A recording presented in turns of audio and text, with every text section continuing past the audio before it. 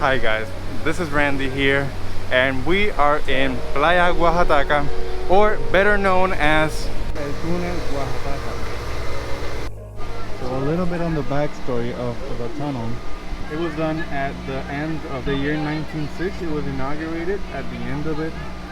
It was originally made for transportation of people from San Juan to Mayagüez, as well as carrying the agriculture part of the island. It says here, this because of accidents in the terrain, this was one of the more expensive parts of the whole railroad system. It was used until 1957, after which it was basically made into a historic monument. And into the darkness we go. Shh.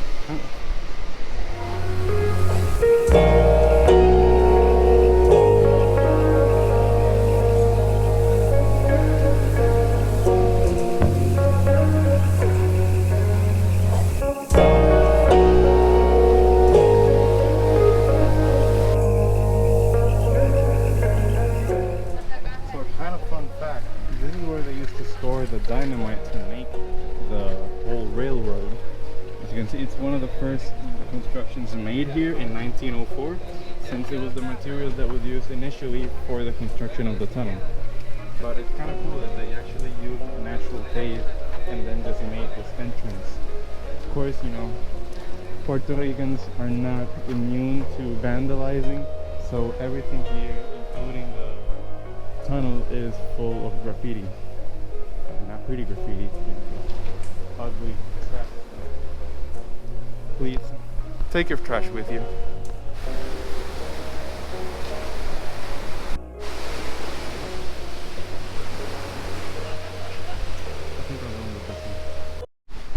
As you can see, a lot of this place is just a natural-ish pathway next to the beach, but it's really nice if you're just gonna go for a walk. I saw two guys on bicycles going through here, so if that's your thing, I think you will definitely enjoy this place. And I don't know, it's a nice historical place to visit anyways. The railroad system here in Puerto Rico, it's greatly reduced from what it was. It mostly covers the metropolitan area now, but it used to go almost all around the island, from San Juan to Mayagüez, which is at the bottom of the island. So I think it's kind of nice seeing this, how it survived and how it's been preserved through the years. This almost feels like an Alice in Wonderland type of adventure, where you're going through hedges, you're walking through little pathways done here. I don't know how a train fit through here. I mean, obviously this has grown over it, but it's kind of cool to think that a train used to pass through here.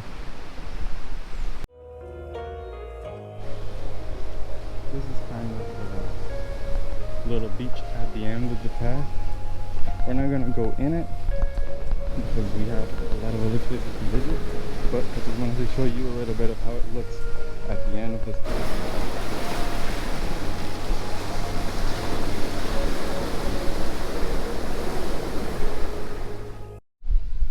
There's also this little path over here. That's where we came from, over that area, and there's this little path over here. I'm gonna check it out to see what's there.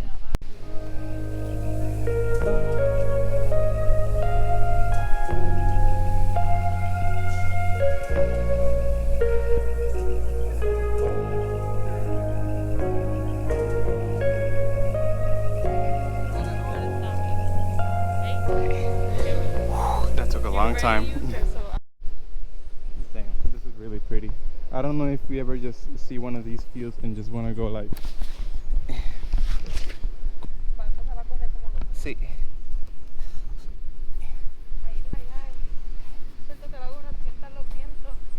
Los vientos alisios para no sudar la camisa por completo. Run.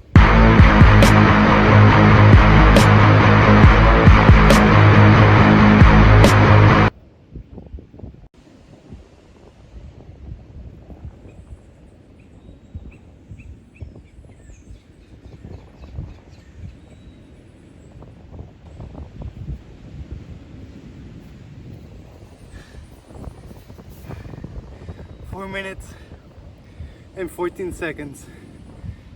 That's how long it took to get the whole valley and back. Why did I do this? That was really nice. I like running, that's why I tortured myself a little bit, but it's not that long. And oh, it's a bird.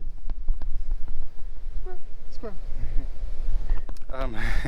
So if you like running, you like torturing yourself a little bit, this is really nice. I'm not sure what this was supposed to be. If I had to guess, these kind of look like trail roads. It divides into two later on, so it might have been the train roads. I'm not sure. Chingo, chingos, dogo. Oh, you're so pretty. As you can see, the fauna here is very active. But yeah, check it out. It's nice if you just want to walk through it. If you have a drone, I'm guessing it would be a very nice view. Check it out. Next up, Cara del Indio. Let's go.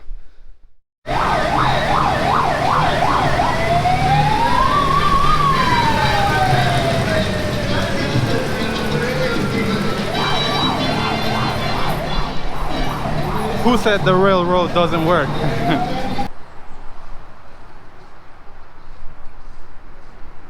Welcome to Cara del Indio. This is La Cara del Indio. Basically, this is a monument made for El Cacique or Chief Mabodamaca. I'll put it somewhere here. Basically, he was one of the Taino chiefs that defended against the Spanish invasions. Legend says that he later on escaped jumping off a cliff. Whether that's true or not, I don't know, but he is remembered there by a big old monument of his face. So it's easy to pass by, it's right next to the road, but if you ever get a chance, take a look at it. A lot of people like taking pictures of it, and it's kind of nice to see how our history is remembered. Hi there, I'm guessing his name is Blue. Ah, he's so pretty. Hi. Yeah. Also, there's piña colada and empanadas here, or empanadillas. I'll let you know how they are in a second.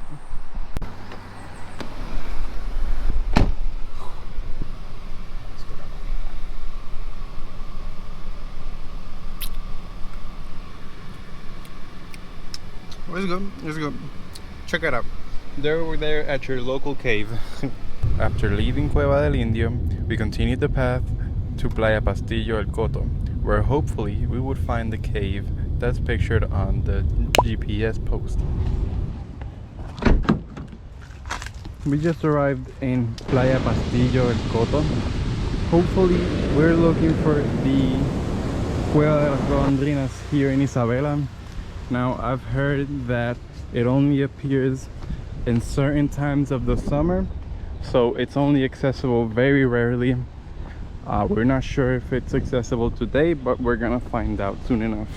Once in Playa Pastillo, we walked along the coast towards La Cueva de las Golondrinas. Along the way, there are little rock formations with little green grass and small little rivers, which are very cute and nice to put your feet in.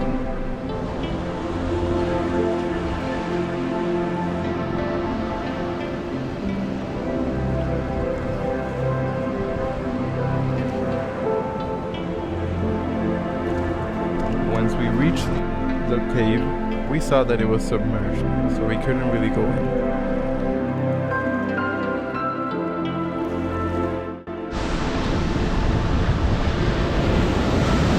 So as you can see, Cueva de las Golondrinas is over there, but yeah, the waves are too big right now, so it's not really safe to go. Really, there's no way you can get there unless you like go through the rocks, but even then the cave would be covered in water, so it's not worth it. From what I've seen in like different posts, you can get here in some weeks of the summer, and it may not be covered, but it's very random. Like the tide has to be very low, so if you have a way to check that before you come here and you really want to see the cave, then you can do that. But other than the cave, the beach itself is pretty nice. It's really secluded, so there's not really a lot of people. Like we saw two guys, or like a couple, and one family. And as you can see, this beach is really long. It goes all the way over there. So it's a nice private beach if you're into that. The waves, I wouldn't say it's a, you know, like a go in the water type of beach, because the waves are pretty strong. But if you have like a boogie board or something like that, I think you could have fun. But yeah, this is Playa Pastillo. Next we're gonna go to Playa Montones. It has a really long like Paseo Tablado. In other words, a boarded path, or boarded walkway, boarded walk, something like that. So yeah, I'll see you there. Now we've arrived in Playa Montones. Once you're here, you basically go down this path all the way to here. The GPS kind of puts the beach like further away, but the entrance is along this path and over here in this sketchy looking callejon or passage. Kitty cat, Guatito.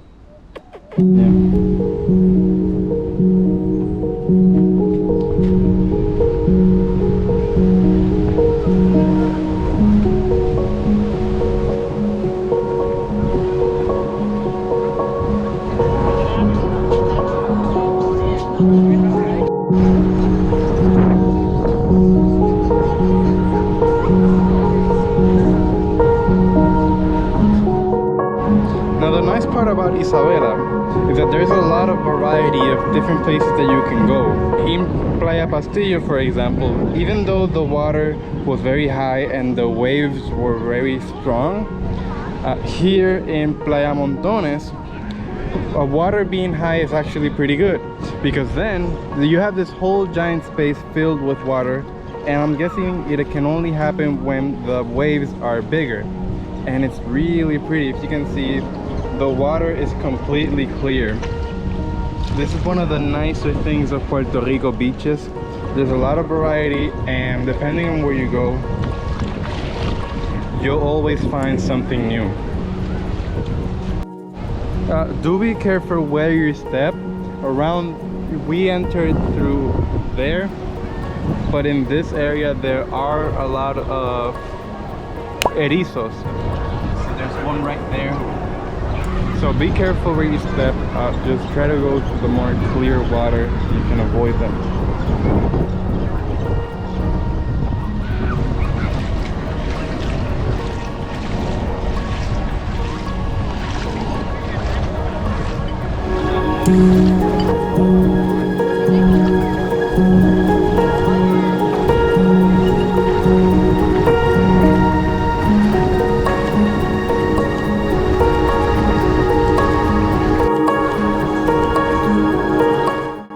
By the way, these steps are a real, let's say, pain, so don't bring a lot of stuff.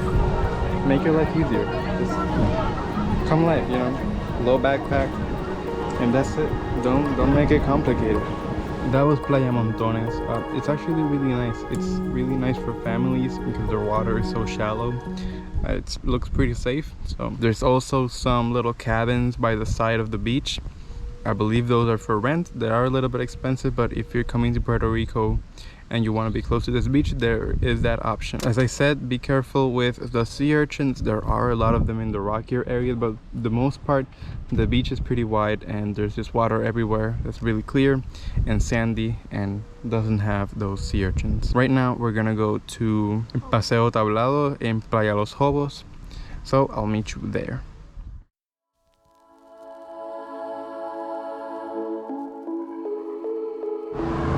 Once you're in the general area of Hobos, this is a really long stretch full of restaurants and Airbnbs. In regards to parking, really try to park anywhere that you can find. We parked our car, Chingo, perro! We parked our car next to the road over here. So really it's up to where you can find it. As to the entrance, we're gonna try to find the Paseo Tablado first. That should lead us to the actual beach. Yep, there it is. So let's see where the entrance is. We're gonna go down this path to see where the beginning of the actual Paseo is. I'm not so sure about this, but I don't see an entrance, so here we go.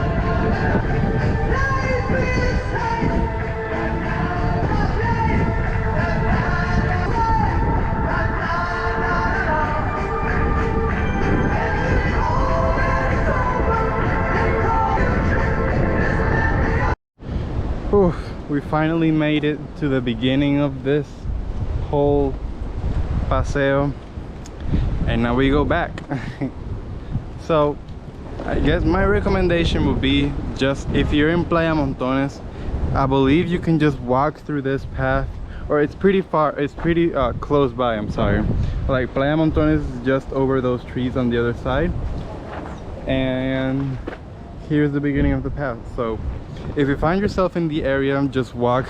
You don't really have to move from Playa Montones. But now I'm gonna show you the whole boardwalk so you can see it in full detail. Let's go.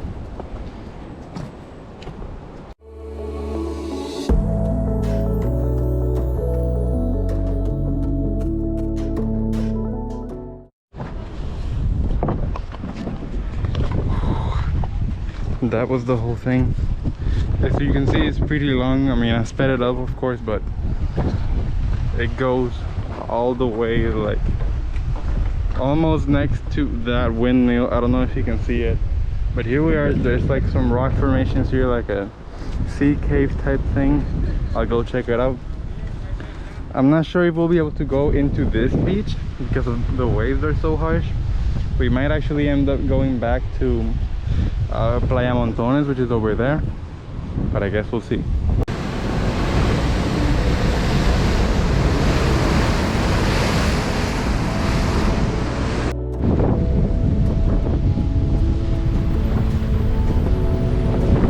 You know, this type of view, this type of scenery where the ocean is just washing by, the waves are crashing against the rocks, this really puts into perspective, you know, where we live here in Puerto Rico. And as a Boricua myself, and as Boricuas in general, I don't think we appreciate enough how much there is in Puerto Rico. We go out into the United States looking for better opportunities, and I understand, you know, different people have different needs, but man, there really isn't another place like this island. You know, where else can you go from like Chalcos to these rocky formations to a beach? You know, you can do all of this in a single day because everything is so close by, and then you can just, you know, you can just chill out here next to the ocean, next to some rock formations. There really isn't nothing else like this. So I hope that if you take anything away from these videos, there's a lot of beauty here in Puerto Rico, and it should be appreciated. You know, take care of your island, take care of the nature that's around you, and explore. Get out of your house and explore. Even if we're in a pandemic, I'm wearing a mask, things are getting better, you know, the vaccines are rolling out. Just try to explore a little bit. You'll be very surprised what you'll find or what you can see here in the island. But I think I'm gonna end the video here. I hope you enjoyed. Like and subscribe if you liked it. Comment down below which one was your favorite place out of all of these, and would you consider going to any of them, or have you gone to one of these places? Let me know in the comments. I would love to know you guys' experiences. But yeah, as always, I'll leave the route down below in the description. I hope you have a wonderful day and stay blessed. Peace.